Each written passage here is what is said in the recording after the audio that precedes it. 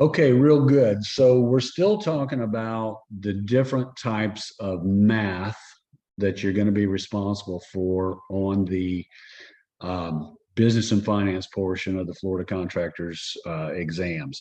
What I want you to do is I want you to make sure that you have your Florida contractors manual, and it doesn't matter what version you have, whether you have the 2017 or the 2021. This works, same page number and everything for both. Okay.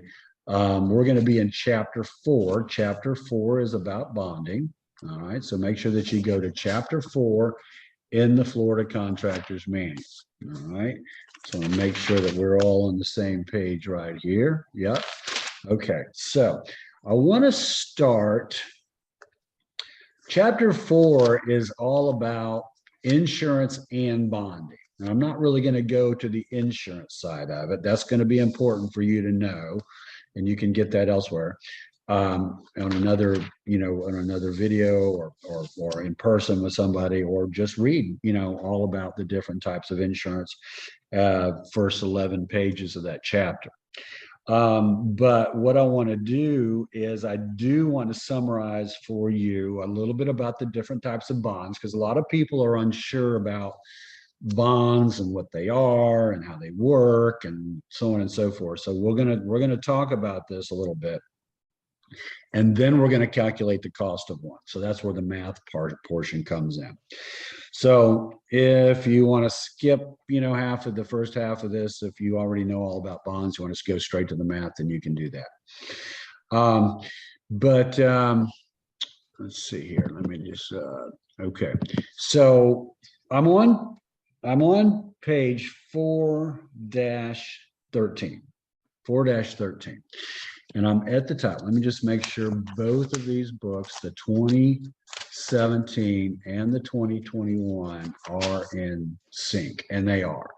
All right. There's many of these chapters that they've rearranged these chapters, but this one they have not, from the 2017 to the 2021. Okay. So we're going to read from the top. It says surety bond versus insurance. Okay. So when you're buying a bond, a surety bond, they call it, that is different than insurance. Excuse me. It tells us that insurance is a two-party agreement. Okay. It's you and the insurance company. Okay. You buy your your automobile insurance from the insurance company. That's between you and the insurance company. Okay. And they actually expect a loss. They expect that so many people out there, a certain number, are going to get into an accident, and they're just going to have to it's called something like the theory of large numbers. Okay, they're going to get a lot of money from a lot of people, and they expect some risk, they expect some losses. They're going to have to pay out on accidents, or depending on what kind of insurance it is, they expect a loss, and it tells you that in that first paragraph, last sentence. Insurers expect losses, and they spread the risk over many insurers. Yeah, we know that. Okay, now surety bonding, the next paragraph, is something different. It's easy to think about it as insurance, but it's really not. It's what they call a three-party agreement. So you have one party they call the surety is bound with the person bonded. So the surety would be the company that sells the bond. Okay. They're bound with the person bonded, called the principal, which that would be you, the contractor, is the principal. So the bonding company and the principal, the contractor, are bonded to a third party called the obligee. All right. And the obligee would be the owner of the project. Okay. The owner of the project, they're requiring a bond because they don't want a loss. Okay. And it does say the premium is charged as a fee for credit investigation and pre-qualification. The surety, okay, that's the company selling the bond, does not contemplate a loss. So this is different than insurance. They don't anticipate the fact that something's going to go wrong. This is just in case. Okay. This is for the for the peace of mind of the obligee, the owner. If the principal is unable to perform as required and the surety suffers a loss, so if there is a problem, the surety will look to the principal. They're going to look to the contractor to indemnify it for all costs. See, that's different than insurance. Okay, insurance company's not going to come back to you and say, hey, we paid a claim, we want our money back.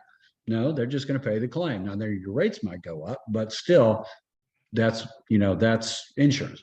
Bonding, and this is kind of a concept, and this is something you kind of need to know, because this somebody might ask you this in the future, is that the bonding company is going to expect the contractor to pay him back.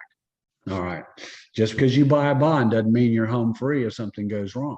Okay. Surety company's still going to want their money from you. Okay.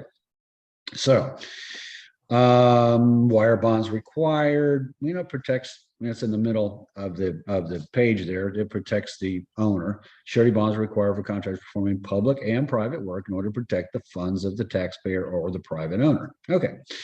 So types of bonds.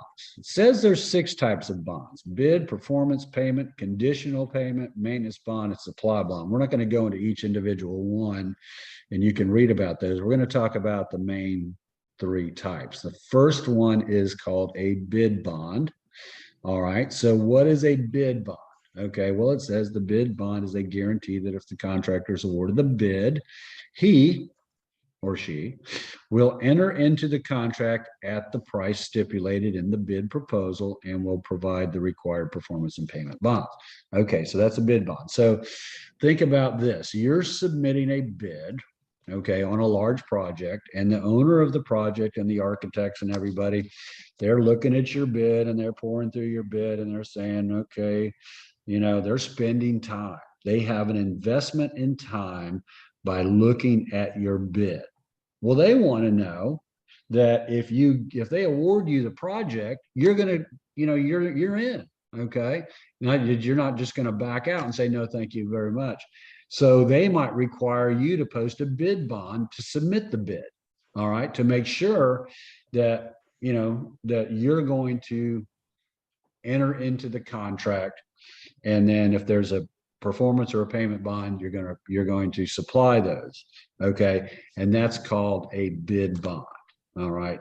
So they want you to enter in the contract if you submit the bid. Now, there's 2 types of bid bonds. So break it down even further. There's something called a forfeiture obligation, and that's just the face value of the bond. They might say, okay, we want a $2,500 bid bond. So you don't enter into the contract, the bonding company has to pay the owner $2,500 if you submit the bid. Or they have something else that can be a little trickier called the difference in bid. This is the second to last paragraph on the page.